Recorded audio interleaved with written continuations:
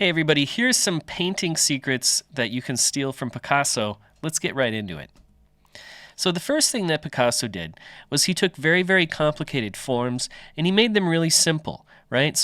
Oftentimes when you're looking out into the world, you can be looking at anything. You can be looking just at a leaf, and all of a sudden that leaf becomes incredibly complicated. So oftentimes when we're painting, we're looking at the world and we're looking at all this complexity, and we're trying to simplify it and make it more something that our brain can deal with and work with. And Picasso's work is oftentimes, it's some of the first times we're seeing this sort of abstraction come into painting. He's taking things like the bull that we see here in this painting right here, and he's turning this bull into this simple series of shapes that overlap, right? We still can see what the subject is. We can see that it has horns and it's got legs and these sorts of things. It still feels very, very bull-like, but he's taking the complicated things that make a bull, turning it into a symbol, and even further simplifying that into these simplified forms, right? So how can you use this? Well, you can start by sketching out basic shapes instead of, getting into the details. Oftentimes people, when they're beginning to draw and paint and these sorts of things, they think they have to do all the details at once, and that's really, really overwhelming. So for instance, if you're painting the eye, you can start with the socket of the eye. You can start just by making this big shadow, and then you can work in and do the eyelid and all this other stuff later, but you're working general to specific more and more of the time, right? You can also do this by try reducing a portrait. If you're going to do a portrait of somebody, try reducing that down into some simplified forms, just like ovals, rectangles, triangles, these sorts of things. So look at a face, look at the person that you're drawing or painting, still use observation, but while you're using observation, break them down into simplified shapes and these sorts of things. And of course, while you're doing this, you can also experiment with abstracting reality instead of just copying it exactly. So you're kind of bridging the gap between being symbolic with how we see the world, thinking about how we construct things, like if our head was a block of cheese, right? How would we move this block of cheese around and cut different sections of it off, right? How do we simplify it into different forms? And how do we abstract those things and still make it a head, just like this bull still feels like a bull, right? Another thing that Picasso did was he was bold with color, right? So we know that Picasso famously has this blue period and this Rhodes period, right? And he's also using colors to express emotion because blue means we're all sad, yeah? This can be a really simple way to kind of free you up because sometimes you have too many color choices, right? You have too many color choices. Maybe you got a big pack of paints or whatever. But you can use like a very, very limited palette, like just these blue period paintings, but you can still, rendering these, you can still have kind of unlimited possibilities just with blue, white, and black, right? Now, Picasso would come through these types of blue periods later on, and he would be using these explosive children's-like colors, but we'll get into that a little bit later. Right? So how can you use this? Use unexpected colors when you're making your portraits. You don't have to think about a portrait just being flesh tones, right? So if you mix up the right value of the color, you can substitute that for a flesh tone-like color, right? And if you want to figure out what is the darkness of this color, just use your phone and turn on your black and white filter and look at it. Is this the right dark of, green or something? And then you can just paint a portrait all in green, right? You can also experiment a lot with high contrast and making more bold, saturated colors, right? So you can turn up the contrast on a painting. So many times students look at painting and they think their goal is just to replicate it, right? When you're looking at the world, you can also make, this part of your face, maybe there's more light here, you can make it even brighter. You can make certain parts even darker. Basically, just crank up the contrast on the paintings. Another thing you can think about is how do these colors make you feel, right? So we've got blues, and experimenting with all these blues, that gives us this kind of melancholic sort of feeling. So think about your color choices and what type of mood are you creating with these color choices, and what type of mood you're creating with where you are on the value scale. So if 0 is all the way black and 10 is all the way white, maybe you're 0 to 5, and most of your painting is really dark, and your lightest light is still pretty dark. So another thing you can do is master the composition by breaking it, right? So we're often thinking about composition and what works and these sorts of things, and you're looking at all these tutorials about whatever, the golden rule and this sort of stuff, right? You can also think about you're stuck with this rectangle, unless you're doing an oval or something like that. We're stuck with these rectangles, right? And instead of thinking about traditional perspective and symmetry, think about maybe we're going to pop up the table. Maybe the table doesn't need to lie flat, the tabletop. It doesn't need to lie flat in space. We can just pop that up so it's like this, and then we can, look at this object from the side. We don't have to, just deal with the perspective that we're given and measure all these sorts of things, which is also impossible because our eyes are moving all the time, right? Our perspective is not static. Our perspective is based on where our eyes are looking, right? So when I look over at the door over there, this corner looks different, right? In terms of perspective. So it's always changing no matter what, and the world is always kind of abstract, right? So you can distort this perspective and use it to fit what you want. Pop up that tabletop if you want. Don't worry about it, right? If you've got figures, lean into the distortion that's created in it and use some of those distortions to also direct the eye and create movement throughout the composition as well, right? So how can you apply it in your own paintings?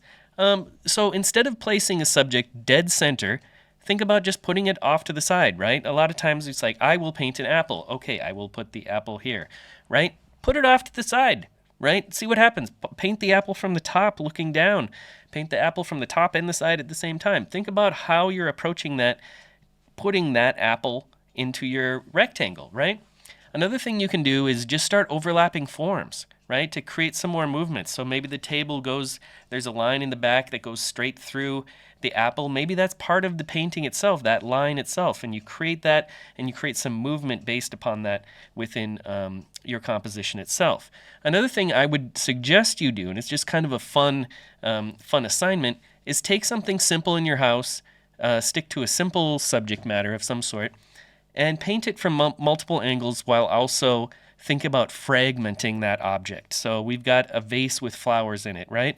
Think about you breaking that vase and flowers into thousands of different little pieces, and you're looking at them all from these different angles, right? And you're reconstructing it into this painting. Think about that and all these different perspectives that lead to what we know about an object and how we experience it in space, right? So another thing that Picasso did was painting fearlessly and experimenting constantly. Now, we live in this time when often we are meant to create and then we get famous for making a certain type of painting, and then a gallery wants us to continue creating this type of painting. This is a pretty common thing, right? And artists are annoying in the fact that they often change. And this is annoying for collectors, this is annoying for galleries, because they want to brand you as being the person that does this, right? And you're doing all these different sorts of things. And when I say Picasso painted fearlessly, I meant that he just didn't care. One day he's painting, more realistic, and the next day he's being completely abstract and painting like a child.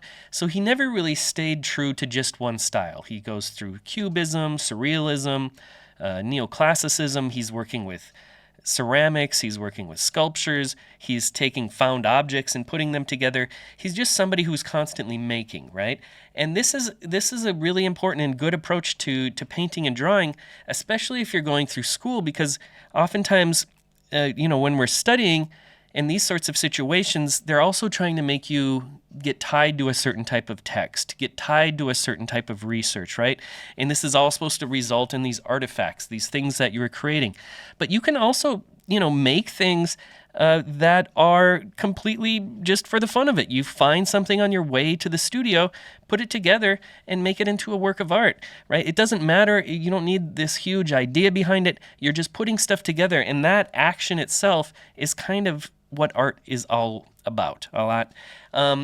Picasso was also unafraid to make ugly art. So sometimes you look at his stuff and you're like, yeesh, right? He doesn't care.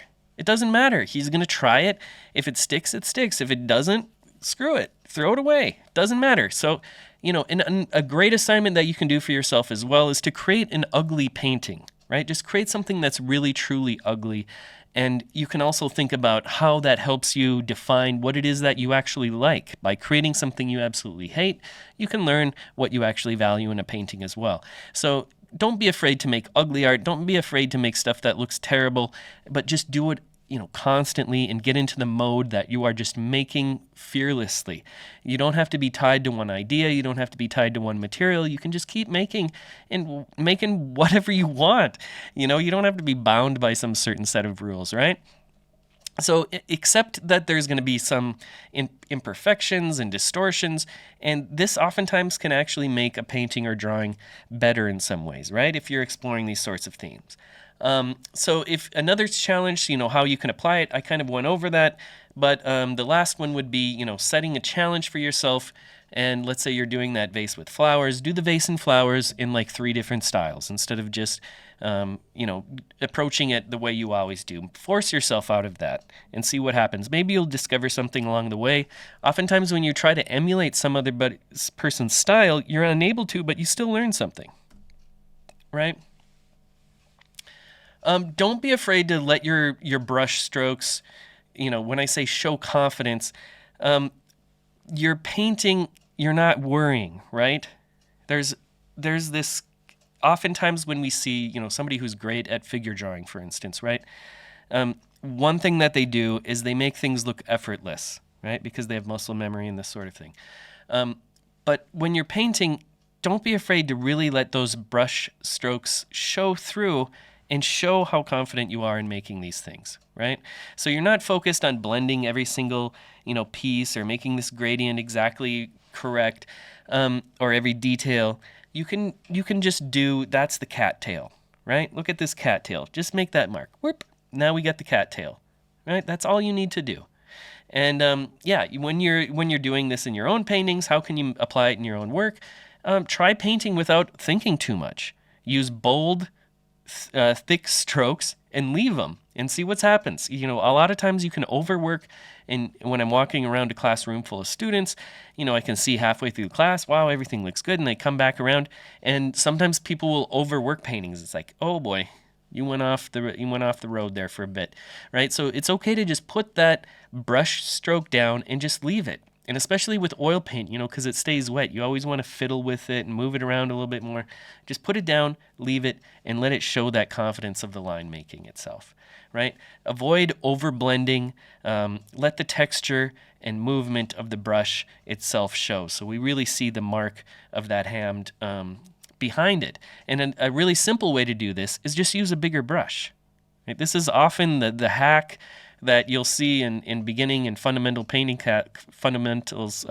classes and these sorts of things, foundation years, is you just give people bigger brushes, and then that forces them not to deal with all these little details all the time, right?